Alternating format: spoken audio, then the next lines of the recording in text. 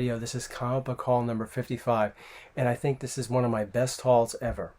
All right, I think it's a really good, excuse me, a real good wrap up of 2023. You know, I said in previous videos over the last year and a half that you know, this is going to be the year of upgrades. Now, in truth, I've been upgrading for a long time, for years, but over the last two and a half years, I've been heavily concentrating on upgrading.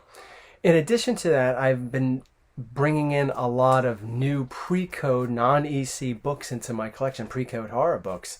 So it's really been a really cool ride.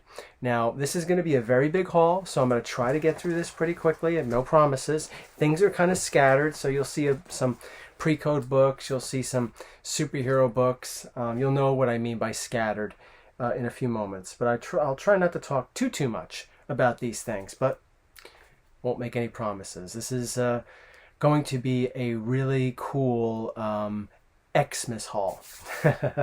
So with that being said, let's start off with an upgrade, a nice 9.0 upgrade to my X-Men 115. I had a maybe 6.5 copy of this, and I've always wanted a nicer copy of that, and I finally got it. Here's a cool book. Now, this is an Atlas book, but it's not pre-code. It's right after the code came out. Mystical Tales, number 4. It's a nice copy, too. And I just think, even though it's not pre-code, you can still appreciate the cover. You know, a lot of pre-code books, they have some controversial stories, but they're mainly, I think, known for a lot of their controversial covers, or really cool covers. And like I said, despite the fact that that's not a pre-code per se, it's still a pretty cool cover. Here we have Mystic number 36. I don't think I showed this one off yet. But here we have Mystic 36. I believe this is the last pre-code Mystic. You know, nothing crazy, just a really cool cover. Nice grade, too. All right, now let's go to superheroes. This is a really cool grade. I think it's maybe like a 7.0. I've always loved this cover. It's Fantastic Four 57. Really, really awesome Doctor Doom cover. Here's a book from 1949. We have Tim Holt number 12. What is the significance? It's a 3.5 copy. I couldn't pass it up. I think it's pretty good. But what's the significance of Tim Holt number 12? Well, it's the second appearance of the Golden Age Ghost Rider. I would love to get Tim Holt 11, and that would complete all of my Ghost Rider key issues. I have the first appearance of the even though the Golden Age Ghost Rider is a Western Ghost Rider, but I have the other one. I think his name is Carter Slade from the late 60s. Of course, I have Johnny Blaze from the Bronze Age, and there's a couple other Ghost Riders that came in the Modern Age and all that. So it would be nice to get the Golden Age Ghost Rider in my collection. Will it be on my 2024 list? I don't know about that, but down the line. I got a bunch of X books to show you. Like I said before, everything's not really in order, so these are not really orders. Some of them are just scattered. But these are all upgrades. All upgrades to my X-Men books. I've been really polishing my X-Men collection off, just as I've been polishing my EC horror books. You know, a lot of what I would consider acceptable in my collection, as I said in previous videos from a couple of years ago, 4.0s are now being moved out and replaced by 6.0s when it comes to the EC collecting, but in a lot of cases with the X-Men collection, 6.5s, 7.5s, and 8.0s, and all that sort of stuff. So here we have X-Men number 29. Very, very nice copy. Nice high-grade copy. Here we have X-Men number 41. I needed to upgrade this one. Beautiful copy. X-Men 34. Another really beautiful copy. I love the cover. I love this cover. Another nice copy. This is maybe like a 7.5. X-Men 31. Like I said, it's going a little out of numerical order. First appearance of Cobalt Man. We jump to X-Men 65. It's a nice 7.5 copy. We jump to the last issue of the Silver Age. A nice upgrade. I got this from Greg Reese. X-Men number 66. Nice copy. We skip around again. We go backwards, actually. X-Men 55. A nice, what is it here? 8.5 copy. Bought from my good friend Mike. Another one from Greg Reese. I love this book. I love the scene when the Sentinels first show up and they tear open the roof to Polaris's apartment. And you see them. They're really terrifying monstrosities. And I don't think X-Men Days of Future Past, at least the Sentinels from the 70s, in the Flash, when they were doing the 70s section of that movie, were nearly as intimidating. Got this also from Greg Reese. Copy. This I got. It's another upgrade. This is... seller tried to say it was like a 9.4. I disagree. It's probably more like a 9.0, maybe a 9.2. Upgraded my X-Men 59, excuse me. Here's another nice one from Mike. I was finally able to upgrade this one to a nice 8.0 copy. My other copy was probably like a 6.5, maybe a 7. So not too shabby, but I thought that this one was just a way better copy, especially around the spine. X-Men 58, first appearance of Alex Summers as Havoc. Really vibrant, beautiful cover with some great artwork by Neil Adams. If you notice that I have 3 more books here that are raw, if you notice, I forgot to mention early on, I'm going to be doing the raw books, then we're going to get to the slabs. So we have 3 more raw books, and then we're going to get to the slabs. I think I've been making good time with 6 minutes and 14 seconds. Here's one you don't see very often. We have Mystic #1. You know, there are other Mystic books, as you know, for many of you know, that are more in demand. And Mystic #1 tends to be left out, you know, but I saw an opportunity to get it, and I got it. Here's a nice copy. It's a lower grade copy, but, you know, sometimes it's just hard to find. We have Adventures into Darkness #6. Pretty cool wedding cemetery cover. And the last one is an upgrade. Tony Toth originally gave me his copy of this, and I've always said, I want to get a higher grade. But I wound up getting a 5.0, which is good enough for me. 5.0s are decent for me when it comes to some precodes, especially a cover like this, which has a nice black background. We have Journey into Mystery #16, good Harry Anderson cover. Like I said, nice 5.0 copy, beautiful, very beautiful copy. So that's the end of the raw books for this video. Now we're going to get into the slabs. Excuse me. I'm going to start off with 3 slabs that were once raw books in my collection, and I sent them to CGC about a month ago, and I did, what do they call that? What's that service? Expedited? Something like that? Fast track shipping. Because the last time I did CGC, it took, one book came back within a month. No, actually 2 months. And then the others came like 2 months later, and another one came back like 2 months later. I was like, oh God. Took like half a year to get my books back, you know. So I wanted to take advantage of it, and I paid a little extra. As you know, you pay a little extra to get your stuff fast tracked, and it was all back within a week. So these were the 3 raw books I had in my collection that I sent out, starting with Vault of Horror #18, Wishing Well cover, 4.5. Very cool. I was happy at that grade because I thought it was a little lower. Now, you know, this is one of my favorite Tales from the Crypt books. Tales from the Crypt #23 wound up getting a 4.0. I'd like to upgrade this, though. I will admit, since this is one of my favorite Tales from the Crypt books, I'd like to get a 6 on that.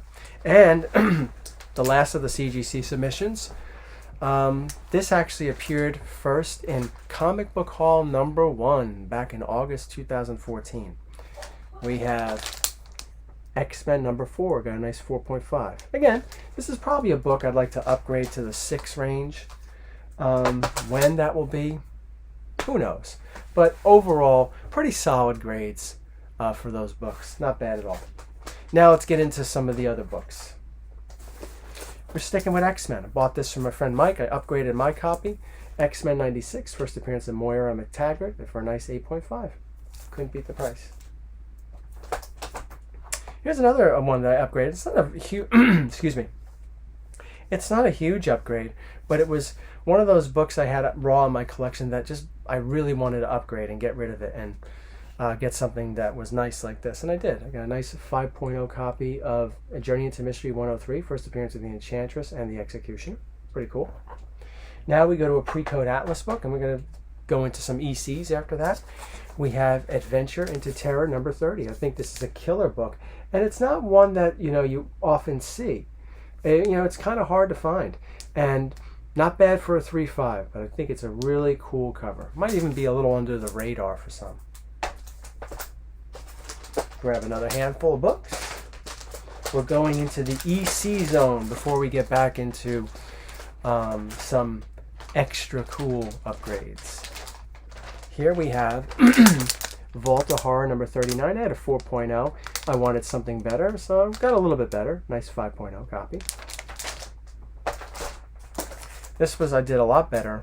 I think I had a 4.5 copy. I bought this from Mike. Tales from the Crypt number 30. Got a 7.0. Beautiful. Brutal cover, too. I think this is one of Mike's favorite covers. Had a 4.0 of this copy. It had some tape on it. It was a decent looking book, but I think because of the tape and it started to stain, took off from the grade. Well, got rid of that, and I got a nice 6.0 of Vault of Horror number 17. I think ETA Nick, this is one of his favorite covers in the EC line. I know he likes werewolf covers. I don't think it's his favorite werewolf cover, but I think he does like it. And here's another monster of a book that I was able to get upgraded to a nice 7.5. I've had about 4 or 5 copies of this over the years, and I always, with the last one, I thought that was the last upgrade. I had a 5.5. Nope, this one popped up. Vault of Horror number 28, got a nice 7.5. Love this cover, love the story, the cover story Till Death. It's HBO season 2. All right, so now we're down to the last group of slabs. Thank you all for sticking with me for 11 minutes. I hope you enjoyed the video so far, and we're going to start moving forward. So we got a couple more X-Men upgrades. Yeah, like I said, I've been upgrading X-Men's like a fiend, and that's why, excuse me, probably want to upgrade my X-Men 4 because I would rather have that 4.5 along the lines of some of these. So where are some of these? Well, here we have X-Men number 8. I had a 5.5 copy, so I went up to a 6.5. It's nothing monumental, but still pretty cool. Couldn't beat the price. I had a 4.0 copy of this. I got an old label. Some people say they grade the old labels harder. I don't know about that. I don't buy into that, but I'd probably want to get this into a new slab. But we have X-Men number 9, nice 6.0 copy. First appearance of Lucifer, but it's more of like an origin story, I believe, of Professor X. Here we go back to Atlas Precode. This is a key Precode Atlas. We got a couple key Precode Atlas coming up. But here we have Menace number 5, the first appearance of the zombie, who was later used in the 70s magazines. I forget what the name of the Marvel magazines were called. That character was later retconned into this character right here and became his first appearance. I believe his name is Simon William Garth. Not an easy book to get. I'm happy with the 3.0 for now. One day I'd like to upgrade it. One last thing about this, and my friend Mike told me about it. You see where it says zombie, it looks a little faded because originally the background is red. Yeah, this book is infamous. It's not just this copy. This book in particular is infamous for the red background on the front and the words on the back for fading. For some reason with this book, whatever inks they used on the press when this came out, they weren't as good. Now, can you find Menace number 5 with deep reds? Sure, absolutely. But you see some type of fading on that with most of them. But it's good enough for me. We have 1, 2, 3, 4. You ready for that was the top 5 with Menace being number 5. You ready for the final 4 for this video? Mystic number 28. I've had 3 copies of this over the last 2 years. I remember when I made the unboxing video 2 years ago where I blotted it out on red on the thumbnail. I sold that one off. I got another Mystic earlier in the year. I sold that one off. And I finally was able to get this one, which is a nice 4.0. Sure, one day I'd like to upgrade it to a 5. But we'll see. But the 4.0 that I just showed was, I think, the better copy of the other 2 that I had. Like, it turns out that the other one I had, I don't know, I think the other one was a 3 and the other one was another 3 or 2.5. This was good enough. Here's another upgrade. I originally had a 1.5 copy of this, but this is like one of my absolute favorite buys this year. And a book that I only became familiar with, I think, about a year ago, or maybe a little less than a year ago. We have Men's Adventures. I showed this in Morgue Covers video a couple months ago, but it's never appeared in a haul. But here we have Men's Adventures, number 26. Look at this cover. It's crazy. You never see this book. I mean, I think people are more familiar with the Mystic 28, which is another Moore cover, than the Men's Adventures 26. And that's just, I bought this for Mike. And it's just a great looking 5.0. Like, you know, it has a dark brown background, not black, and it looks really good. For 5.0, it looks really, really good. We have another 5.0 actually coming up. And this has been upgraded several times since the summer. And here we have another great classic pre-code Atlas horror book. Mystery Tales number 19, 5.0. Look at this. This is, I had a 3.0, then a 3.5, and then I got this one. Those are gone now. Absolutely stunning. Stunning book. Just one of my absolute favorite purchases from 2023. And now we are at the very, very last book of the haul. Thank you for watching these past 15 minutes. This was on my list of purchases I wanted to make in 2023. I didn't get all the things I wanted to, that were on that list a year ago, but I did manage to get quite a few. And this was one that I thought that I wanted to get, I believe that I wanted to get the most. So here we go. Ready? One of the biggest books I bought. X-Men #1, 5.0. I've had about 4 copies of X-Men #1 over the last 30 years. From a coverless copy to a raw 3.0 that I got signed by Stan Lee, to another 3.0 copy that looked better than the other 3.0, to a nice 5.0. A good, solid, right down the line mid-grade book for a very well sought out key. You know, I've often thought, and I'll let you go in another minute, I often thought, like, well, maybe I should go for the Amazing Spider-Man one. And I said to myself, you know what? No. That book, in all books, even X-Men #1 here, a lot of those books have been going down, right? But I thought that the best one to have would be X-Men #1. I think it's better than Amazing Spider-Man #1. Amazing Spider-Man #1 is great because it's Spider-Man. It's the second appearance, and I certainly still want to get it. I don't think it's going to be on my 2024 list, but it will be added to my collection, just the right copy of it. About a year ago, like a 2.0 or 3.0 was going for like $13,000, $14,000. Now, it's going for like $6,000 or $7,000, depending on what it is, a 2.0 or a 3.0. And I was like, wow, that's one hell of a dip. You know, this one has dipped too, and probably will continue to dip. But I think that the one that has the most potential out of the two is definitely X-Men #1. Yes, again, Amazing Spider-Man is cool. It's second appearance of Spider-Man, the first appearance of the Chameleon and J. Jonah Jameson, John Jameson. But X-Men #1 is the first appearance of the X-Men and Magneto. I think that that's way better. I think it's, and plus they're going to be doing more with the X-Men in the MCU. You know, we all say what's going on with the MCU. It seems to be not as good as the original original 3 phases or whatever it was. And we can argue why that was the case, and I've argued why I think that's the case. Whether we're right or wrong, it is what it is.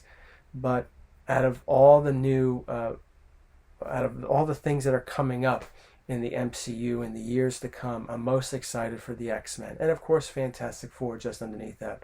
Not excited for any of the Avengers stuff. I think the Avengers, in my view, are done. You know, I'm not interested in some of the Avengers lineup that they have. It's just B characters, as far as I'm concerned. There's no Captain America anymore, or at least the Steve Rogers Captain America. That's the one that I think most people like. There's no Iron Man, Tony Stark. So many others. Black Widow's gone. You know, and some could argue that maybe some of those were B characters about 15 years ago. Maybe. But I think the characters that they're focusing on right now are just not interesting. That's just me. Not really interesting. Don't have the same growth as the others. Whereas the other characters like Iron Man, Captain America, Thor, you know, when you watch their movies and then you watch the Avengers, you saw some level of growth and camaraderie between them.